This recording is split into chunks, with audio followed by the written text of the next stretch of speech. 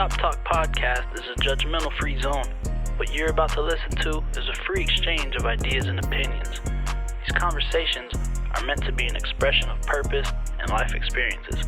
So sit back, buckle up.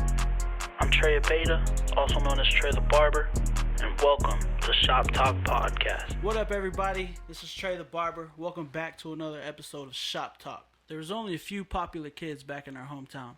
One was Matt Marquez, the other was me.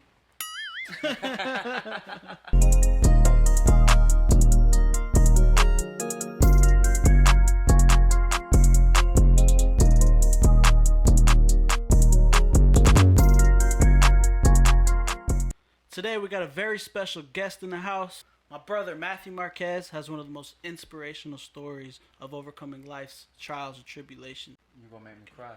I know, right? Should cry. I should cry, right? At the same time. Yeah. Back in 2011, Matthew was incarcerated for aggravated robbery. I came across this one quote: "Life is like a bad school teacher. First gives the test, then the lesson." So I've known Matthew since we were 12, 13 years old? We were young. We were young. So back, I think, middle school days, we were playing sports. Running the streets together. At 12, 13 years old, I was closest with only one person, and that was like my blood brother. But other than that, my first best friend was Matt Marquez. I remember the first time I felt inspired. It had to have been 7th grade, but he had this dream of becoming an actor, and I'll never forget it. He had the headshots done. All I knew at that time was sports, so I was like, man, that's different. There was a time when things were starting to spiral out of hand, and I remember asking my mom, I want Matthew to come live with us. And I remember I took it so hard when she just couldn't, single mom, 3 kids, and I remember it hurting me because I was like, man, I felt like I couldn't be there for my best friend. I'm powerless. I can't do nothing. Yeah. At what age or at what point did you feel like things were changing, things were spiraling out of control? I'd have to say it was about 7th grade as well. You know what I mean?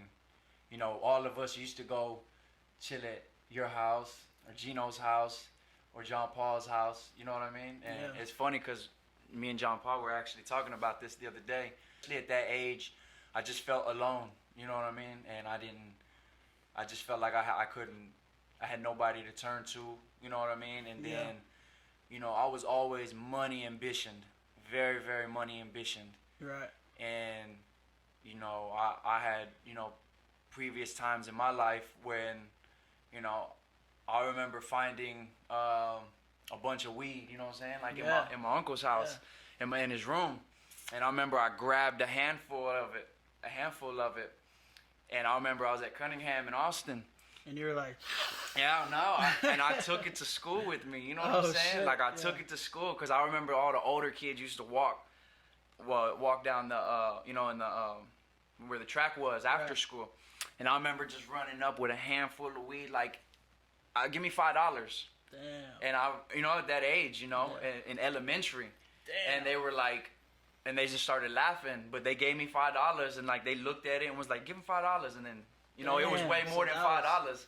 Yeah. So it was always and I always remembered that when I was little, I always remembered that, and then you get older, and I was real into sports as well. We were all into sports, we were live, were live, Yeah. and we were winning district champs, you know what I'm saying, and then but I think it was just. At that age, I was more like, I want it now. Well, I feel like, at that age, you're in a space where you want to be older than you are. Mm-hmm. Because I had an older brother, and I always wanted to be on his hip, and he used to get mad. Way to go, Josh. Right.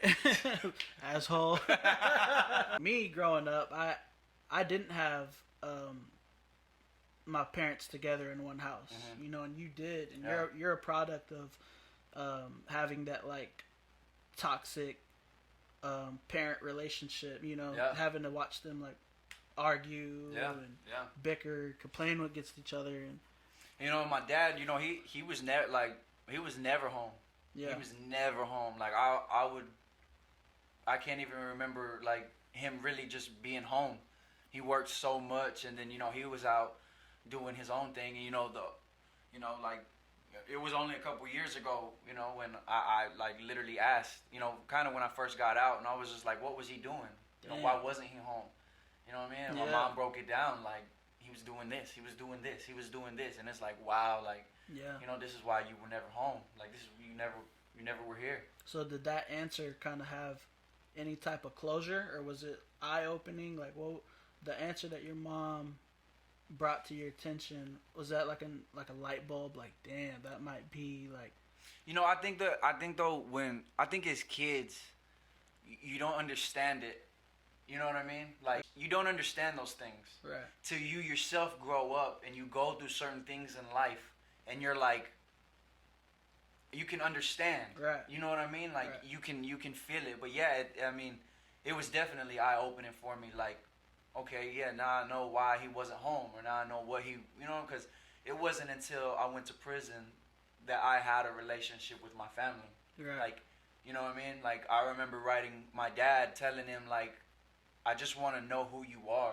Damn. You know what I mean? Yeah. And I did, and my mom telling her, like, I just want to know who you are as a person. Like, I don't know y'all. You're my parents, but I don't know who you are. So we were about 13 as well when you started doing drugs? Yeah, about 13. 13, maybe going into 14, around that area. What was the, so was it like marijuana, or was it like a mixture of something else? Nah, I was just real into, that time it was just, smoke every now and then, occasionally, and then it started, getting heavier with smoking. Then I got real into to them bars, and that right there was like, that was the change. That was a lot of the change, because, I got doing those, you get in a mindset of, man, I don't give a fuck about nothing. Right. Like, literally, like, you're super, like, me, some people, they get tired but me, I was always like, you just don't care. So it had like an opposite effect on you. Yeah, like, I mean, when you first started, it gets you tired or whatever, but, then you get to a point when you're doing them, and, like, I'm waking up with radios, and I'm waking up with cell phones and purses, and I'm waking up like, holy crap, telling my partners, like, yeah, what happened? They're like, man, you were tripping, and you don't even remember, so you're just like, you're just like, whatever. Whatever. Yeah, well, we got this, so we can sell this, so we can do this, and we can switch this off, and then I think I was maybe 14, maybe I think I was 14, about to be 15, when I first tried, powder. Yeah. And then that powder, that's a... Yeah, I know a lot of people, once they mix chemicals, it starts to affect them, like, in an aggressive, like, physical way. Yeah. I didn't even realize that I was doing so much of this stuff, when I was attending AA classes, just on some, I just want to get out of myself. Right. Whatever, but I'd hear people talk, and then I really started, like, thinking, like, holy crap, like, I don't think I ever had a sober day from the time I was 13, 14 to 23, 24, and that's with me going in. Yeah. You know what I mean? That's crazy. Yeah. So that's like so that whole gap blur, that's just a big blur for you. It's a blur, but it's also, like, you sit and think, like, wow, I was tripping. Yeah. You know what I mean? Like, I was tripping. That's crazy. Yeah. I mean, I think, there was a time, I think in 7th, 8th grade, freshman year, like that stuff was popular. Mm-hmm. I mean, me, I was always, like I said, I was always like that, trying to be good at sports and everything, but I remember it being offered, and I remember it being there. I remember it being really easy to access. Yeah, yeah. And, for other kids, it was easy to just say, yeah. And, over time, it was, it wasn't just me, doing it, you know. I had it. So it was like, I'm making my money doing this. I'm going to smoke. I'm going to pop my bars. I'm going to do this powder because I got it. It's here. Right. You know what I mean? And I mean, like, make my profit. This is what I'm going to do, my personal stuff. I used to just love going to school with a backpack full of stuff. I got blunts rolled up, everything, sacks stacked out. Wasn't even no classwork in that backpack, huh? Nah, hey, real talk. For real though. Talk, it was, a lot of people that went to school with us know, like, it was them restrooms, man, like, straight up, it was the big dice games in the restroom, and then people shooting dice, I'm in the back, boom, here, I got this, and then we shooting dice, Bro, I remember trying to go to the restroom. I had to take the biggest shit of my life. And I try to bust in the restroom, and I'm like shoving the door, and there's like 4 people holding that hoe back. Like they're like closing that thing. I'm like, yo, come on. I'm like, on the cool, we would pay them fools on the cool just to hold the door. Like, hey, you know what I'm saying? I'll give you $5. He's gonna give you $5. Just hold the door. Yeah. That's crazy, bro. Yeah. Like hustling in high school. It's even crazier now that we're parents. Oh yeah. It's more accessible now than it was to us. Like now it's gonna be a journey with our kids. I know. Oh man, karma's gonna be horrible. God damn. Back in 2011, Matthew was incarcerated for aggravated robbery. Everyone saw the headlines. Everyone saw the news. What was your side of the story? Man, we're gonna get some. You better just sit back and relax. Nah. Really, I mean, I don't have my side of the story is, I got caught up, and I'm very, very, very thankful that I did, because otherwise I'd be dead, and that's just facts, So it would have gotten worse. Oh, it was worse. Like, I'm surprised, like, I wasn't dead already. You know what I mean? Like, it was bad. Like, I didn't care about nothing. Like, I didn't care about life. I didn't care about nothing. And I mean, I'm riding in my car. Everybody got guns in my car. High in the car. We got drugs in the car. You know what I'm saying? My mind literally was in a box. Literally. Like, I didn't think outside of this box. Like, I didn't see myself living to 20. And hadn't it been for me going to prison, I wouldn't be alive. I was just, tripping. What was the motive behind it? What was the goal? Man, look, we was just on a spree. Yeah. We was just on a spree, and it was like, jump out the car, don't care what you got, give me your stuff. Damn. All of us, you know what I mean? Like, literally, we drive around. At this time, I was on Burleson and Catalina on Mission Hill, and then there really was no point to it. It's just get out the car and give me what you got, like guns drawn and everything. It was just crazy. Like, I didn't care at that point. Like I said, I didn't see myself living to 20. That's crazy. Yeah, and my mind was just so gone. Like, I didn't care about anything really. That's just what it was. My mind is in a box. When your mind is stuck in a box and you don't think outside that box. Yeah. You know what I mean? I didn't have goals. I didn't have ambition. I didn't have none of that. It was just get in the car, put on some row. We finna go hit a lick. Damn. Like, that's what it was. And that's crazy, because when we met as kids, like, you were the first person that I noticed ambition out of. Like, the definition of ambition at the age of 12 and 13 in my eyes was you. Yeah. And I was like, damn, like, he had the first, like, big dream out of everyone in Kyle. Like, everyone was, like, thinking of jobs and, like, following, like, the workers' footsteps. But, like, the first time I heard a kid say he wanted to do something for him was you. And I was like, you gonna make me cry? You're right. But I was like, and just to hear it, though, hear how, like, just a short amount of time, it was just a flip, like a flipped switch. And it's just crazy to hear, because, like, to me, that just wasn't who you were. To everybody who knew you in our class and in our football and basketball teams, like, it was a totally different person. And I remember seeing the headline. I just couldn't believe it. I was lost for words. I couldn't help but to think of your mom, your sister, your little brother, because he was what, like, he was young. He was young. He was like, I think he was 10, 9, 8. Damn, so he was like, what, fifth grade? Maybe sixth grade? Yeah. So, but I hadn't had contact with them for maybe a year and a half. Like, Yeah. like. Oh yeah, because you were in and out of. No, I was at my apartment, and then from there went to Mission Hill. You know, it's hard for a guy Right. to ask for help. You know Facts. what I mean? Yeah. It's hard for a man to, and at that time I was a boy. You know what I mean? Like, it's hard, even as a boy, it's hard for us in general. It's that pride to ask for help. But I tried, because we was out there wild and doing so much stuff that literally 3 times I called the laws on myself. Shit. Yeah. I went to the payphone down on our block, and I would call 911. And then the second time, the same crap from the first time. He was like, Marquez, and I was like, dude, I'm just trying to get off. I'm just trying to get off the streets. Like, I'm trying to ask for help, But all they would do is, and I'm not gonna sit there and be like, oh, hey, this is what I'm doing. Hey, Right. I'm Right. not gonna just do that. Right. But I'm like, I'm just asking for help. And then literally they'd be like, you gotta go. Like, the next day, like, you gotta go. You gotta go. And I'd be like, look, I'm on probation.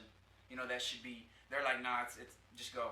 Dang, Yeah. that's crazy. Yeah, and You're asking to come in, and they're like, yeah, nah. exactly. But that's like, it's stupid to be like, hey, I want to go to jail. Right. But I was so hurt inside that I was just trying to help. Like, I need help. Right. You know what I mean? Like, I don't want to be doing this no more. Like, I don't want to do this no more. And literally, after the 3rd time that I did that, it was a week later that I got, I was gone for the time I was gone. Damn. So that was my last time. That's crazy. So at that point, what was your initial sentence? It was 11 years. Damn, 11 years, and you got out in 7? Got out in 6.5, almost 7. Yeah. Damn, that's crazy. Yeah. So being in day 1, you go in, you're shackled, you got your suit on, and you're in your cell. What are you thinking? Is it almost like a sigh of relief, or is it more like a damn, here I am? Like, it was a sigh of relief, but this is how dumb we were. Like, this is how dumb we were, is that we would go do our business out there. We would come back to the crib, and we'd be like, we gonna go to, like, you know what I mean? Like, so you expected? Yeah, like, expected to go. I mean, when you doing dirt, you either gonna die or you're gonna go to prison. Right. And we had it in our mind that one of the two, it is what it is. Right. You know what I mean? And then so, me and my homeboys, we finna go penitentiary and blast. Like, we finna go to penitentiary and we finna put on for the city. That was how stupid we're sitting here in the world talking about when we get to the penitentiary. Damn, that's real. That's a whole different thought process. Yeah, you sit here and to say it, I sound stupid, but that's how we used to think. That's how we were. You know what I mean? So when my first day, it was like, all right, I'm here. Let's do it. Let's ride. I just wasn't expecting you know what I mean? Like, on my first time, I'm going to get 10 years probation. That's what they give everybody. But because in the robbery, somebody got hurt, that was automatically off the table. And I was from 30 years for a while to 25 years to 15 years. And then they're like, we're not going to come off of this 15. Like, you're 15, you're going to sign for 15. And then my court appointed lawyer, my first one, he was like, you're going to get 30 years. Damn. So, go in there, get your GED, don't join gangs, you'll be out in 15. And he's telling this to me like a 19-year-old, like, you're finna sign for 30 years. And I was like, hell no. Right. You're fired. Yeah. I was like, you gotta go. Yeah. Like, nah, like, I'm not finna sign for no 30 years. Right. But luckily, it just, every time I would go, it was 25, 25, 25. Okay, now 15, because I'm like, I'm not finna, but the day I signed for 11, I was initially supposed to sign for 15, but I told my lawyer, I said, look, if you tell them right now, I will sign, because I was in county for 14 months. Yeah. And so in county, they want you to sign so they can get you out of there. Right. You know what I mean? Because they're getting backed up, whatever. You got people coming in and out every day. Right. So they want you to sign for something. Doesn't matter what it is. They just want you out of there. So at that time, I was like, look, I'll sign for 10 to 12 right now. If they can give me 10 to 12, I will sign right now. Right. So boom, he came back and was like, man, you got blessed. Yeah, you that's got like a blessed. Craigslist transaction. Like, Yeah. it's like So buying a car on Facebook. Man. Yeah. So he was like, man, they Damn. offered 11. He's like, I don't know how, but they offered 11. He's like, so that's your offer. You better take it. And I was like, man. So I signed, and it was But your first time, your first day, I've been to jail, but not, I'd always bond out. Right. But yeah, that first day, I mean, if you ain't never been, like, yeah, you nervous, but you walk in, and me, it wasn't like, oh, I'm gonna walk in there and be, oh, motherfucker, don't, Yeah. I'm not gonna be, just be you be yourself. Right. You know what I mean? Right. You be yourself. People who go in and they try to show out and they try to, it's the ones that go in there thinking you bad. They got something for you. Yeah. Promise you, they got somebody for you. The ones that come in there and think like, oh, I'm just this big bad motherfucker. Like they always got somebody for you. But that's why I say you go in there, you be yourself. You just show respect. You don't disrespect. When you get disrespected, you got to get out there. You know what I mean? So it's mandatory because you're gonna get tested. People want to take your shit. They gonna wanna, you know what I mean? They gonna take your food. Motherfuckers in there trying to take butt. You know what I mean? Yeah. Like real, you know what I mean? But you just go in there, you be yourself. You get out there when you got to get out there. Yeah. And that was it. That's a whole different life. From being out here, having your freedom, and then having it all confined, in this small area. That's so crazy. So during your 7 years, was there a time where you were like, all right, like I'm almost at the end? What was the point where you were like, all right, it's time to whip myself into gear. I'm gonna get out of here and I'm gonna turn shit around. Like when did you know like I'm never coming back to this shit? I'd say at about 5.5 years, people will tell you, oh, man, when you go to prison, you're gonna come out inked up. Right. Oh, when you go to prison, they got female guards there. You know what I'm saying? Or hey, when you go to prison, they tell you the good shit. Right. You know what I mean? Like, you're gonna chill with the homeboys. Man, it's live. You're gonna be with the homeboys and woo woo. You know what I mean? So they tell you the good stuff. They don't tell you the emotional hurt that you're gonna go through. Of seeing your family grow up in pictures. People out here dying and your family or friends, and you're just stuck in here. Yeah. You know what I mean? You go through a lot. I always used to say, like, you go through every emotion that the human body can go through. You go through in there. Damn. You know what I mean? And it's real. Like,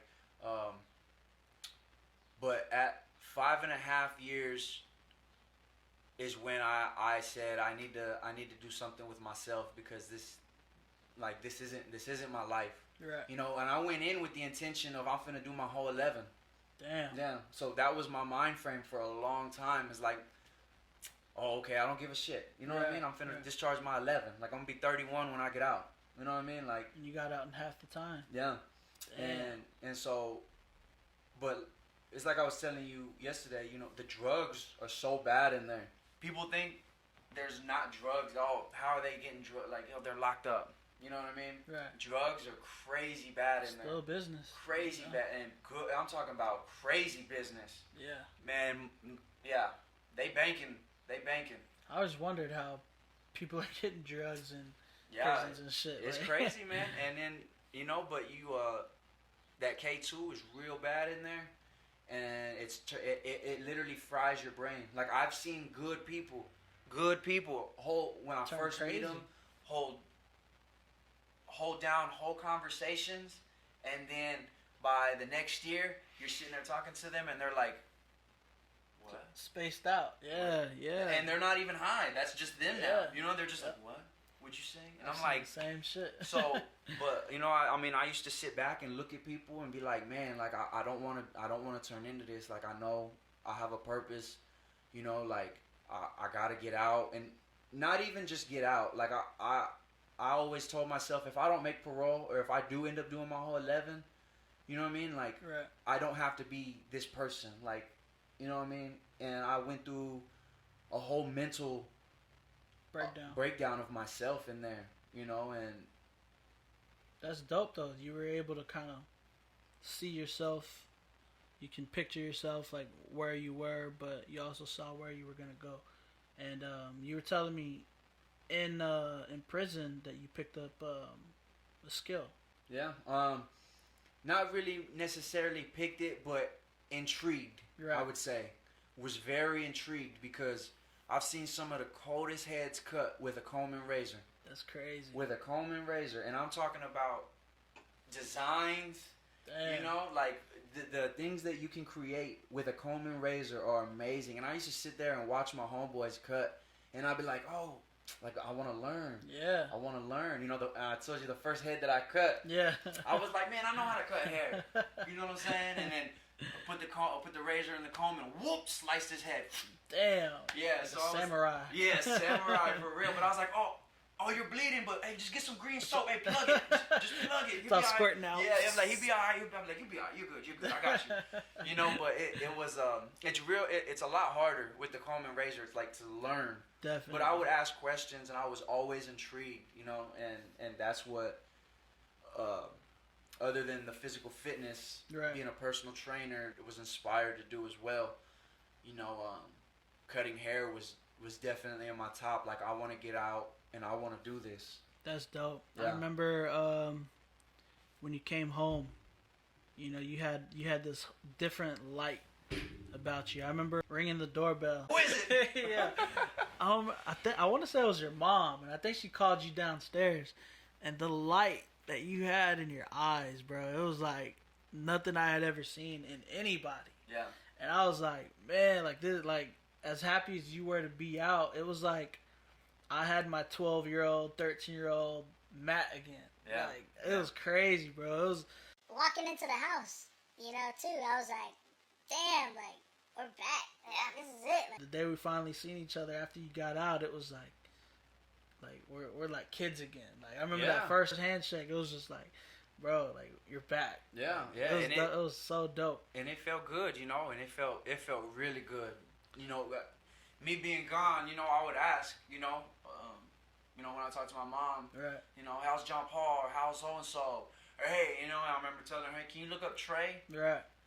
Because they had made me like a little Facebook, right, you know, saying I was locked up. I was like, go add Tre, and go add so and so, and yeah, and then I remember my mom saying, like when I asked about you, Tre's doing good out here. Yeah. Tre's doing good. Like Tre is doing real good. He's cutting a lot of hair. He's cutting NFL people's hair. He's cutting. And I remember, I swear to you, I remember I got off the phone and I went and told my homeboy and I was telling him, and I was like, man, one of my partners that I grew up with, I was like, man, he's out there doing it right now. I was like, man, he's out there doing it. I was like, and then of course, you know, I was there when he couldn't cut for nothing. He colored in that patch and he put in his head with a Sharpie. Hell yeah. You know what I'm saying? But I was like, but that, you know, it's hearing people. And I always said, I was like, you know, Tre made it. You know, John Paul made it. You know, just naming people that we grew up with. Like, man, I'm so glad that, you know, these people made it. Right. And I remember my homeboy was like, well, you can still get out and make it.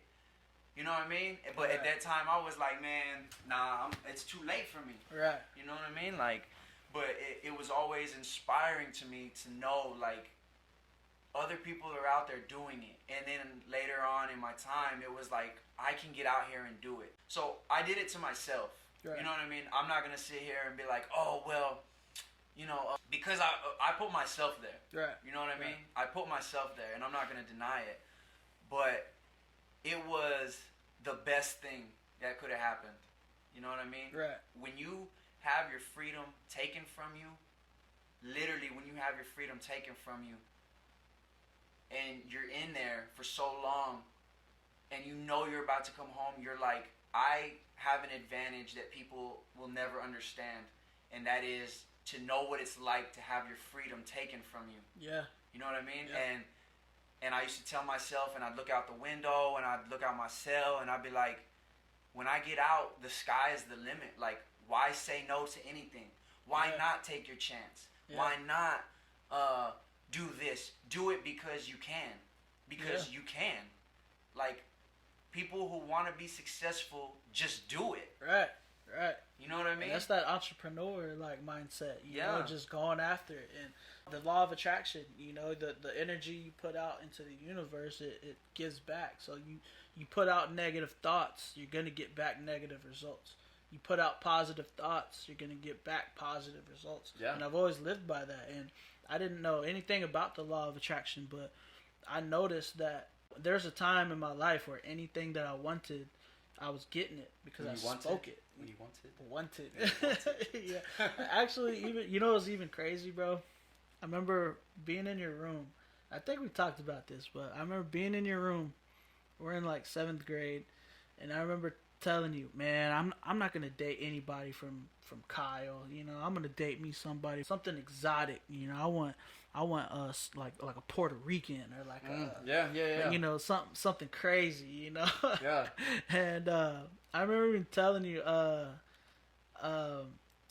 I think we were like writing rhymes or something, or like acting like we were about to write a song or something, and I remember reciting an Eminem song, and oh man, yeah, and yeah. he was talking about Kim, like his Kim, and he was going in, and I recited it as if I wrote it, and you're like, you wrote that? I was like, yeah, that's me.